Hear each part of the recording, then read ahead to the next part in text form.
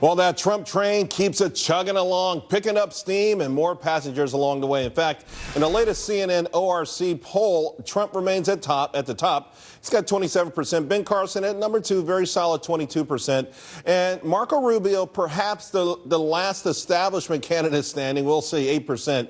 But there's a lot of plots right now to derail this Trump juggernaut. Joining me now, Kirsten Hagelin, Stirk anchor in Miss America 2008. Back with me, Katrina Pearson and Byron York. Byron, you wrote a piece, an article here, talking about how panicked the establishment is, and I guess they're ready to dip into that war chest to go to war with Donald Trump. Yeah, they are. I think the last 3 or 4 days have been kind of a turning point in the campaign in this sense. You had a large number of the Republican establishment kind of scoffing at the Trump candidacy, saying that he's bound to fail, he's going to fall, he's going to explode, he's going to fade, something's going to happen, but he's not going to get the nomination. And I think what you saw in the last few days is when you look at Trump's dip in the polls in late September has been now accompanied by a rise in the polls. And I think a lot of them began to say, wow, he could win. Not saying he will, but he could win the nomination. So there's a significant number of them who want to stop him, and they still believe in one thing, and that is negative ads work. They can stop a candidacy. So what you're going to see in the next couple of months is some big Republican donors putting a lot of money together for a really big anti-Trump ad campaign in the early states. Kirsten, do you think, though, that it will work in a sense? It feels like Donald Trump has blunted this to a certain degree, gotten in front of it by saying, anytime you see a negative ad about me, it's paid for by someone who does not have your best interests at heart. You're exactly right. And all of the conventional wisdom about Donald Trump up until this point has fallen flat. That's why the political establishment and elites in Washington are going, why is he still on top, right? So I think that these negative campaign ads, while they maybe have derailed other former candidates, that they're not necessarily going to work with Trump. They will embolden his supporters who are already used to defending him when he gets attacked. That's what they do. But number two, it's going to make Republicans look really bad when it comes to the general, because if the Democrats unite among, behind Hillary Clinton, and you've got Republicans just in this mudslinging fest of negative campaign ads, it's not going to look good. Although I got to tell you, Katrina, I haven't seen anyone really fight back against Donald Trump. I know he says he's a counterpuncher.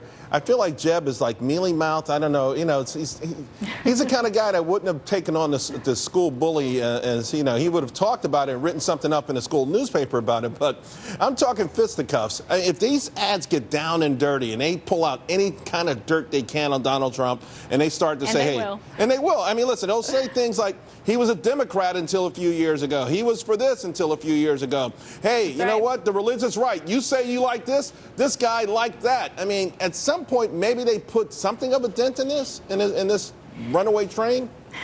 No, Charles, I don't think so at all, because all that negativity is baked into the phenomenon of Donald Trump. He's been very open about his past positions, and he's talked about how he feels today and why he supports what he supports today, and they're definitely going to try. But, like everyone else said, they are going to go out there and try to do these horrible things to him. And the reason why no one's fought back is because every time they do, they go down in the polls. So it's going to look like the big, mean establishment's trying to take out the people's choice.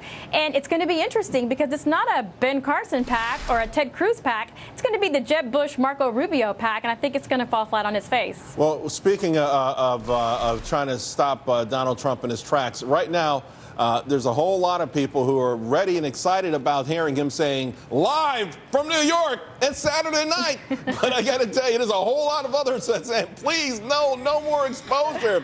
Now, of course, he's set to host the comedy show Saturday Live November 7th. We've got Democratic Congressman today, Luis Gutierrez, who wrote a letter to NBC stating that it's a level of endorsement that's just too much, especially in light of Trump's negative comments toward Hispanics. All right, Kirsten, will they cave, a la CNBC, the way they caved to Donald Trump? Or will they say, you know what, it's just too much of a ratings juggernaut. Listen, we like the Democrats, we like the liberals, we like MoveOn.org. but not on this one. Right, and NBC and SNL has traditionally leaned left, and of course they just had Hillary Clinton on a few weeks ago.